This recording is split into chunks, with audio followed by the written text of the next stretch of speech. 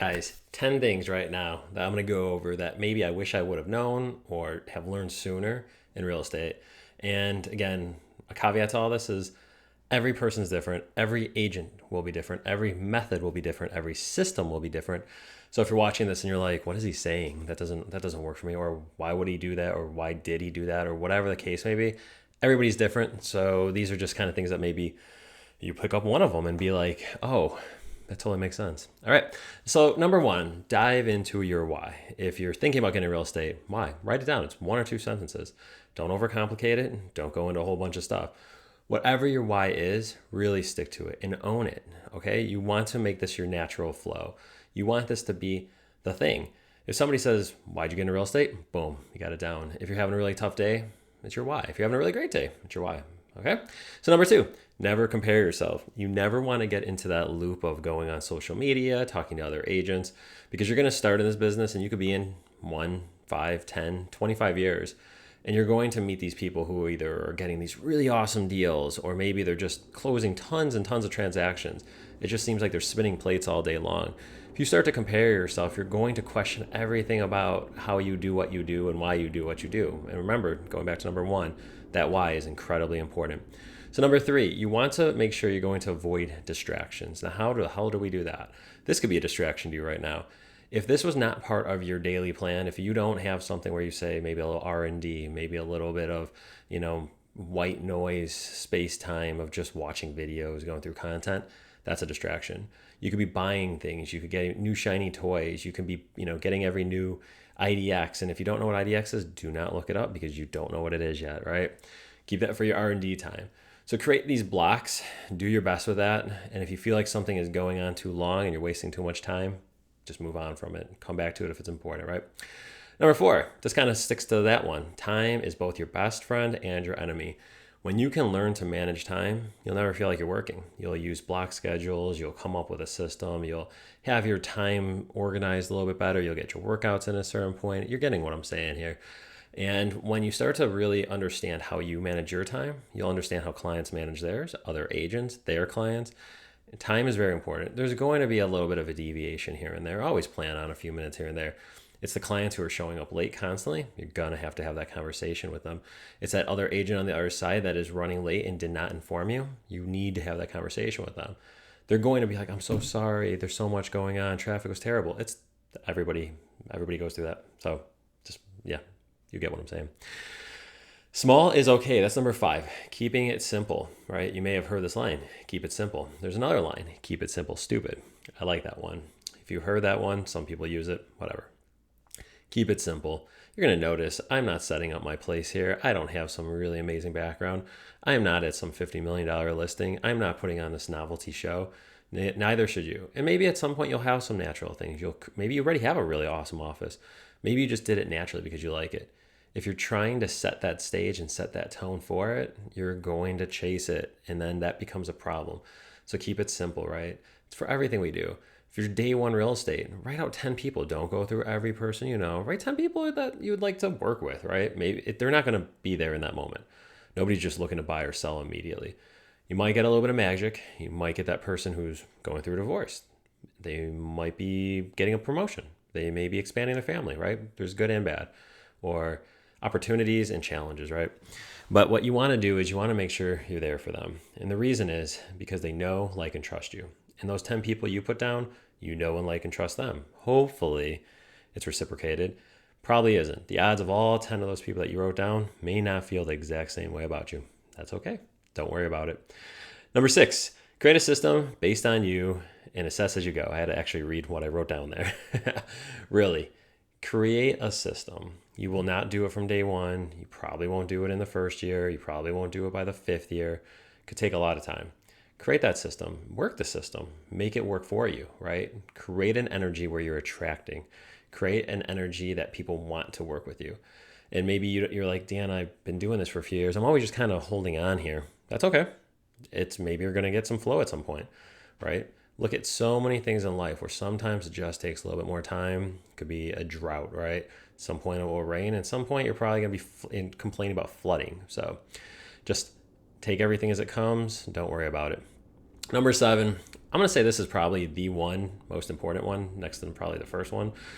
I didn't put these in any order, so maybe if you stop listening right now, get this one. Be you. If you've heard anything about so far what we've been saying, is all the ones we've referenced are really about just being natural, finding your flow, finding your people, avoiding distractions, not paying into gimmicks, right? Not adding on more and more and more that you're doing all this work for for days, weeks, months, years for no gain.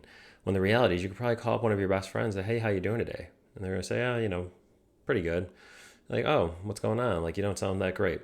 Well, my job has been kind of weird. I think I'm probably going to lose my job. Like, oh, wow. You don't say, well, that sucks, all that. Say, like, well, what are you going to do next? I don't know. Like, I've been in that position before about a decade ago, and it creates an opportunity. So have those conversations, and you'll start to see that there'll be something you can probably help them with. Or they might be like, I love my work. I just, my job isn't working. Hey, I got a few people that I know looking for jobs. Maybe I can connect you. Boom. Great ad, right? So just be yourself, and you'll see that you're probably going to have a lot more fun with it. Number 8, your brokerage does matter. I have been in a few different backyards, meaning I've been in a different couple brokerages. I've been from kind of a mid-sized local brokerage to a national brokerage to one that was growing to one that was the Chicagoland's largest brokerage. I've been at a brokerage that was a boutique brokerage. Some of these I've used interchangeably. But brokerage does matter. But find the brokerage that works for you. If the first one you don't feel fit, and you probably will, because you're going to want to tell yourself this is how it's supposed to be. It's hard because you can't really explore. You can't go from one to another. This was over several years. Also, a variety of opportunities was the reason why I switched. It was never to switch for my business, and that is something I want to make sure that you understand. When you make a change for a brokerage, how is it going to impact your business, your clients? Not you, because your business is your business. You got the same listings out there, you got the same type of business flow, you got the same model. Everything is usually this or that. And at the end of the day, you just need to make sure that there's an opportunity there for your clients. Bigger brokerages, you're going to find that they're going to have a lot more opportunities to conversate with other agents, to talk about listings, that kind of thing. And also, the little thing about brokerages, I cannot repeat this enough. Do not take leads from your brokerage. Do not rely on your brokerage. You might get a few bonuses here. If you get referrals sometimes from your business, that's great, but don't chase leads. You're going to do great probably for a few years, but you're going to get burned out, and you're not going to understand why. So I've seen it. Tons and tons of agents, new agents, they've been doing this for just a few years. They're spinning, plates galore. But when things start to happen, they don't really build that network because it's just individuals who they got from leads, right? That's number 9. Don't buy leads. You're going to say, what the hell does that mean? There's 3 types of marketing, really. You got your natural sphere of influence, talking to people, asking business, right? That's your power, usually. You're going to have marketing. You're going to do content like this. You might even, do a little like pay-per-click. You might do a little targeting. You want to get your message out there. It's your message. Right? Your message is incredibly important because you're welcoming the opportunity for someone to come to you and also to have that dialogue and to get to know them. The last one is buying leads. Do not buy leads. Do not buy leads from Zillow. Do not buy leads from Realtor.com. Do not buy leads from Redfin. Don't get into any of those programs. Just avoid them. Here's why. They're not sustainable. You pay a lot of money. You don't know what you're getting. You're going to get frustrated. You will find some diamond in the rough kind of situation. It's going to the casino. You will win so much at the casino, but you'll never walk out a winner. Remember that. That's what it is like buying Zillow leads. There's these agents who have been doing it for, the last, I think Zillow's been around for 15 years. They built their business on it. They are transactional now. They cannot get out of it. And if you're watching this and you're like, who the hell are you to say this? It's true. And there's nothing wrong with it. And now you're going to be like, what's he going to do to save himself here? Because you're bringing more business to the industry. These are individuals who may or may not have been able to find someone to help them buy their home. So good job to you. Now, if you were getting all worked up, you might be like, yeah, whatever. Let's see what else he has to say. So number 10, this one is going to sound funny. Reinvent yourself, right? Reinvent yourself often. Feel like what it feels like to be uncomfortable. Try new things. Try to get to something where you have consistency. You do want to have that consistency. You do want to have that expectation of who you are, even what you look like, how you show up, the tools you use, your brokerage you're at, your name, your email, your phone number. have some consistency. It's going to change from time to time. You're going to evolve. You're going to get new clients that kind of make you think differently. Real estate is the one business where you really need to be kind of like a segment of your clients, right? So if you're working with 50 people who are all doing a certain type or a certain personality, you're probably going to start to see yourself gravitating to that, right? And that changes. And all of a sudden, maybe you're working with business, maybe you help your parents sell and then, or someone else's parents. And then all of a sudden you get referred. And now you're the expert in, individuals who are retiring or have retired, or, they're downsizing or they're moving into an assisted living facility. You get that EQ from it.